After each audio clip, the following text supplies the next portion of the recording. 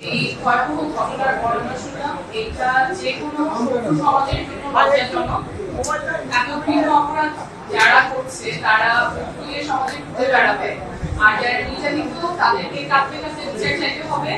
সমাজে এমনটা কোনোভাবেই অ্যাকসেপ্টেবল না। এই পরিস্থিতি থেকে আমাদের উত্তর হতেই হবে। নিরপেক্ষ তদন্তের মাধ্যমে যারা দোষী তাদেরকে চিহ্নিত করে দ্রুত বিচারের আওতায় আনতে হবে। বিগত বছরগুলোতে যেমন বিচারহীনতার সংস্কৃতি ছিল, সেটা থেকে আমাদের বের হতেই হবে। ছোট মেয়েটা একটা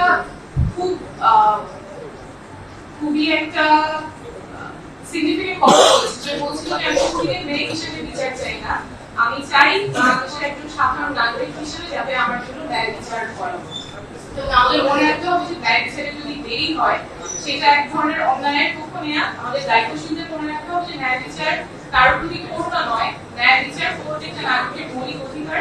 এবং এই ক্ষেত্রে যত ধরনের এরকম অপকর্ম হচ্ছে সেগুলোর ক্ষেত্রে সুষ্ঠু বিচার দ্রুততার সাথে করা প্রয়োজন।